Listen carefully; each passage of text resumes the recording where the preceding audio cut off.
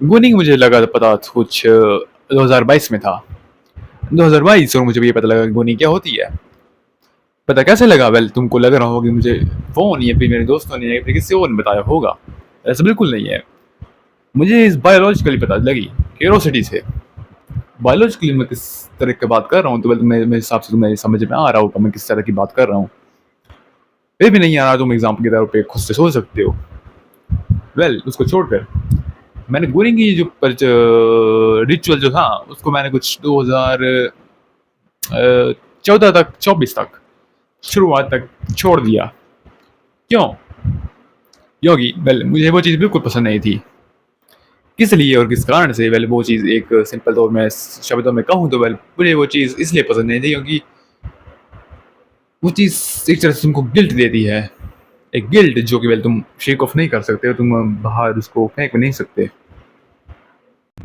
फिर आता है present day. Present day is basically 2026। 2024 में छोड़ने के बाद मुझे पर चली थी आई थिंक 2025 में। 2025 में जब मुझे वापस ये जो थी रिचुअल वाली चीज़ वो उसमें दिलचस्पी या फिर कहूँ मैं वापस आया तो वेल मुझे जिसमें ऑफ कोर्स गिल्ट वापस भी आया उसका। इस गिल्ट को मैं किस तरह बाहर निकाल रहा था? वेल वो चीज़ अगर मैं एक्सप्लेन करूँ तो वेल वो था ही कुछ बहुत ज़्यादा मुश्किल तरीके से जो कि मैं खुद से और इसी प्रकार मैं उस वापस चीज़ में जब घुसा तो वेल मुझे इसमें दिलचस्पी आई थी और अभी भी उसी चीज़ में हूँ। इस चीज़ को बाहर कैसे निकलते हैं इस चीज़ से? वेल बहुत सिंपल चीज़ है, उस चीज़ को विजिट ही नहीं करना, जो कि आई थिंक तुम्हें से बहुत सारे पर्सन को पहले से पता चीज़ होगी बट तुमने कभी अप्लाई नहीं की है। क्योंकि वेल हर बात की तरह तुम हर चीज़ की जो डायरेक्शन होती है उसको तुम बार बार छोड़ते हो तो वेल तुम उसके पास वापस आते हो। जब उसके बाद तुम छूते भी हो उसको जाके तो वेल वापस लग जाते हो इस चीज़ में। एकदम उसी की तरह है ये। भले ही उसकी तरह से इंस्पिरेशन नहीं है उसका तो बट फिर भी अगर मैं वापस उस चीज़ में आऊँगा तो वेल ये चीज़ मैं कहूँ तो वेल इस तरह से है जब तुम अगर इसको छोड़ना चाहते हो तो वेल इस तरह से छोड़ सकते हो। जब तुम कुछ ना करो तो कुछ मत करो। बेसिकली तुम्हारा जो कंफर्ट जोन रहता है तो वहाँ से बाहर निकलना या फिर कुछ और करना। देखो ना बहुत सारे एक कंटेंट आई थिंक इंटरनेट पे ऊपर देखा होगा कि जैसे एक चीज़ करता है कोई दूसरी चीज़ करता है तो उसको कॉपी किया जाता है। एक्चुअली मुझे इसको कॉपी करने की ज़रूरत नहीं होती क्योंकि well most of the time it's fucking bullshit. Bullshit is because half the time it's just a random BS story about how oh fuck I did this and I did that and gooning and whatsoever. I know pretty much it sounds pretty relatable but it's not. जब तुम खुद की position इसको compare करोगे तो तुम उतना compare नहीं कर पाओगे बिकॉज तुम्हारी जो पोजीशन है तुम कितना गिरे हुए हो उसमें तो वेल वो तुम्हें मुश्किल आएगी ये करने में। इस तरह से वेल अगर मैं एग्जांपल दूं तो वेल लेट्स जैसे एक पर्सन बी है एक पर्सन सी है। पर्सन सी को आई थिंक ये चीज़ छोड़े हुए कुछ साल हो चुका है और पर्सन ए जो है बी है वो चीज़ छोड़ने की कोशिश कर रहा है बट फिर भी वो चीज़ नहीं कर पा रहा। तो उसकी पोजीशन उस दूसरे पर्सन की पोजीशन दोनों अलग हैं। भले ही पर्सन भी दूसरे सी की जो बात है उसको सुन रहा होगा बल उसको समझ नहीं पाएगा या फिर अगर समझ के भी वेल उसको बाहर निकाल देगा।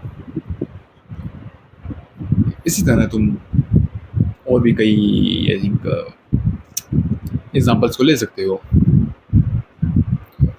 जो कि वेल अगर तुम ओवर थिंकिंग जो होती है वेल इसमें बहुत ज़्यादा आती है।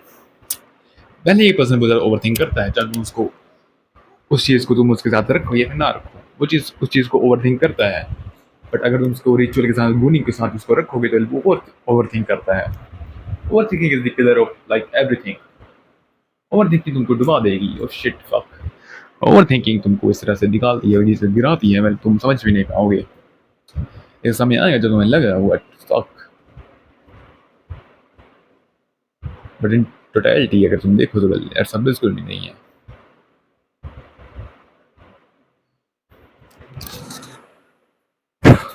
This kind of video is pretty much obsession.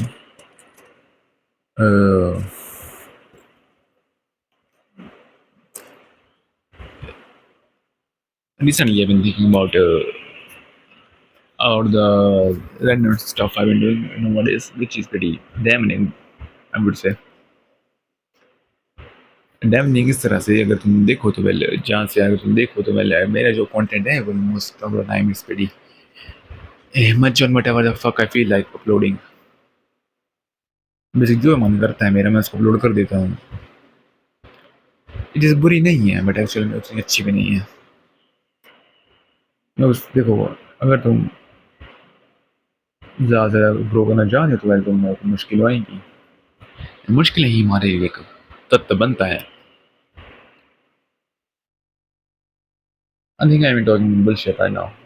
मैं बात बकचोदी वाली कर रहा हूँ तब काम बिकॉज समय आज बहुत ज़्यादा धीमा बीत रहा है.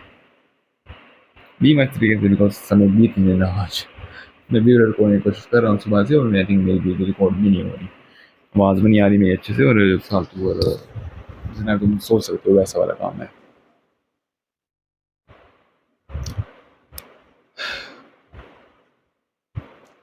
एकदम ऐसे जैसे मैं कुछ करने की कोशिश कर रहा हूँ मैं कुछ कर नहीं पा रहा. And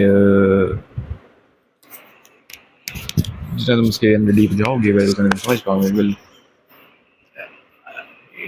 it's all quite something कुछ है बट एक्चुअली वो चीज़ वहाँ पे नहीं है. And that makes the totality of it. वो चीज़ की टोटलिटी बनाते हैं पता है. एक टोटलिटी जो कि कभी ख़त्म ही नहीं होती.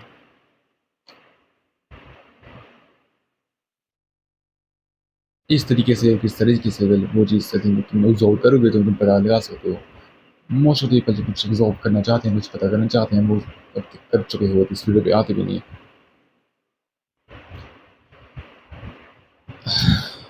You know what nowadays is pretty much just boomer content on the internet. बस boomer content को boomer मुठ मारना में शामिल डालना. It is बहुत ही ज़्यादा नॉर्मल चुकी है एक टूरिस्ट पॉइंट जहाँ पे mostly people are just numb to it. Mostly people रहते हैं उसको numb हो जाते हैं उसको कंटेंट से. बुरी चीज़ नहीं है बट एक्चुअली में अच्छी चीज़ नहीं है. That's the content I'm trying to make, which is as you have read the title is